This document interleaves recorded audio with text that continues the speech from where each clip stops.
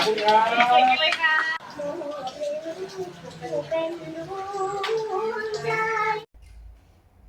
เมื่อคนดังมาถ่าย MV เพลงฮอดฮงเฮียนน้องๆกับพร้อมใจกันไปนั่งปรบมือนางส้มให้กำลังใจเป็นแถวเลยทุกคนสบายดี FC แฟนคลับทุกทานมาพบมาพ่อกันอีกแล้วคลิปหนึ่งจนจะมืดวันแล้วข้อมูลข่าวสารเรื่องเล่าเกี่ยวกับศิลปินที่พ่อแม่ให้การสนับสนุนศิลปินที่พ่อแม่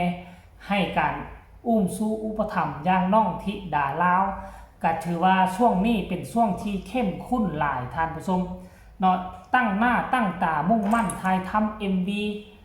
ทุกมื้อทุกวันนี่โอ้ยก็ถือว่าตั้งมกตั้งใจและต่อนนี้ไปก็คงจะเป็นเพลงที่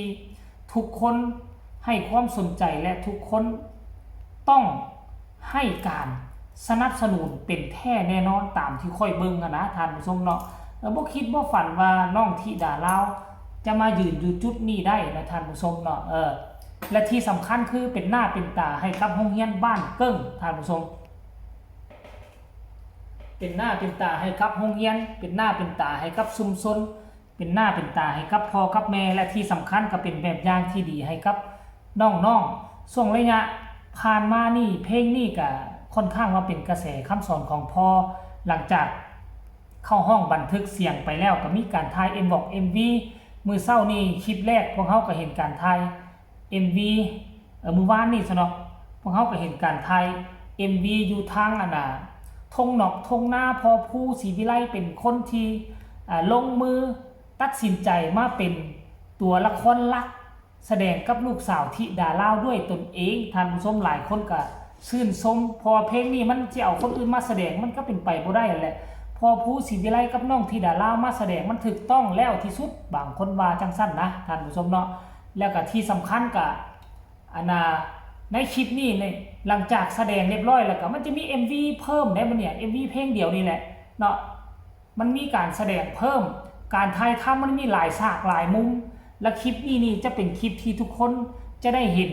การถ่าย MV อยู่ที่โรงเรียนบ้านเกิ้งนั่นเองเนาะเพราะก่อนหน้าจะไปถ่ายทำ MV อยู่ทงนอกทงหน้าพอผู้ขับรถตอกไถนงไถหน้าที่ดาราก็ปาดไปยืนให้กำลังใจนะอันนั้นเป็นคลิปต่อมาเป็นเบื้องหลังแต่คลิปก่อนหน้านี้ มีการไปถ่ายทำอยู่ที่โรงเรียนบ้านเกิ้งเรียบร้อยแล้วน้องนักเรียนนี่นะเนาะโอ้ยจากเดิมนี่นะเป็น FC แฟนคลับของธิดาลาวอยู่แล้วซื่นส้มธิดาลาวอยู่แล้วอยากเป็นคือธิดาลาวอยู่แล้วและทั้งครูบาอาจารย์ก็ซื่นส้มในความสามารถซื่นส้มในกระแสความโด่งดังของธิดาลาวทุกคนให้ความร่วมมือซิดพีเคเป็นมือกล้องปาดเป็นผู้ยืนให้กำลังใจธิดาลาวก็จับสมุดขึ้นไปลักษณะคืออ่านบทก่อนอ่านบทความเรียงความเรื่องพออย่างจักอย่างนี่แหละท่านผู้ชมน้องก็นั่งให้กำลังใจแล้วมีการปรบไม้ปรบมือโอ้ยดีอกดีใจได้เข้าเฟรมร่วมกับคนดังธิดาลาวท่านผู้ชม FC แฟนคลับรายละเอียดให้ทุกคนไปชมคลิปนี้นำกันอยู่ที่โรงเรียนบ้านเกิ้งถ่าย MV เพลงคำสอนของพ่อเป็นจังไดแล้วจังมาพ่อกันในช่วงต่อไปเซิร์ชไปพบกับคลิปนี้พร้อมๆกันเลย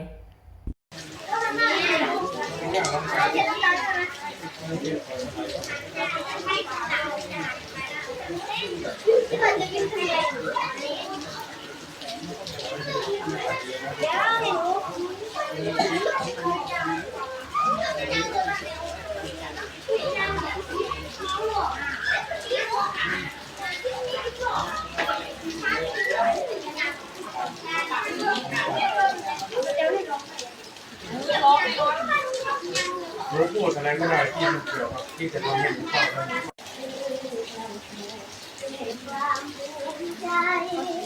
พ่ออาจไม่เก่ง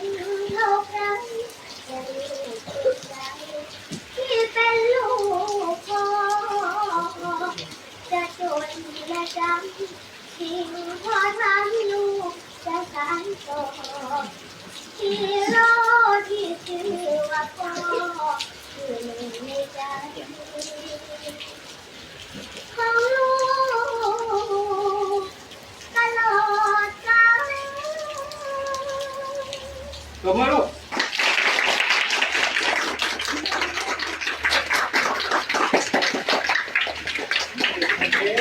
ครับ เป็นดวงใจ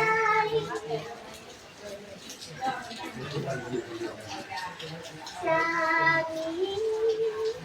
ฟังคำสอนของ ต้องขอบอกขอบใจเด้อเจ้าของคลิปท่านผู้ชมเป็นคุณครูท่านหนึ่งอยู่ทางโรงเรียนบ้านเกิ้งซึ่งที่ผ่านมาค่อยกับบ่ค่อยได้ติดตามอาจารย์คนนี้ดอกแต่ว่าหลังจากที่ปีนี้น้องธิดาลาวได้ถูกยกย่องให้เป็นประธานนักเรียนค่อยก็ได้มีการติดตามข้อมูลข่าวสารเนาะ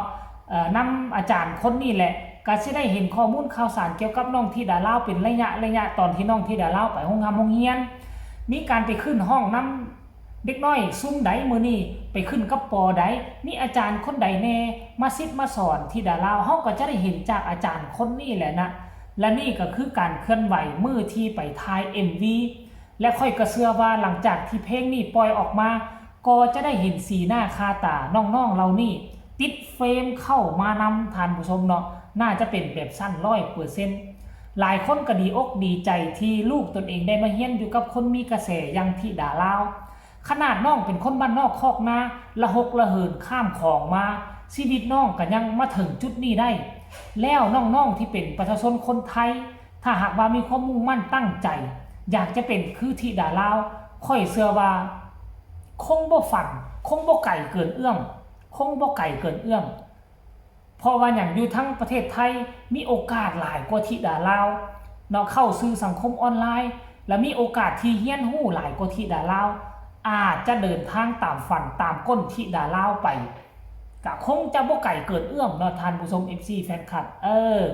อันนี้คือเรื่องราวเกี่ยวข้องกับบทเพลงนี่พวกเจ้ามาสังเกตเบิ่งบ่เพลงของธิดาลาวหลายเพลงที่ผ่านมาน่ะการจัดการการกะการเกี่ยมการไทย MV จะบ่ซับซ้อนคือกันกับเพลงนี้แต่ว่ามันเพลงนี้เนี่ยเป็นเพลงที่พิเศษที่สุด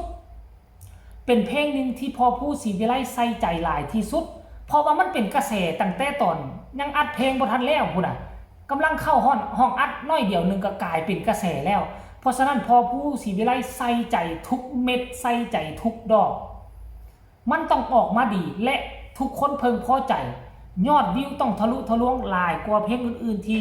เคยเจอมาเคยปล่อยมาเป็นแท้แน่นอนค่อยคิดว่าจังสั้นนะแล้วสำหรับ FC แฟนคลับพ่อแม่ของน้องธิดาลาวทั้งฝั่งไทยฝั่งลาวพวกเจ้าเห็นแบบนี้แล้วพวกเจ้ามีความรู้สึกแนวใดแสดงคำคิดคำเห็นออกมาได้ทางใต้คอมเมนต์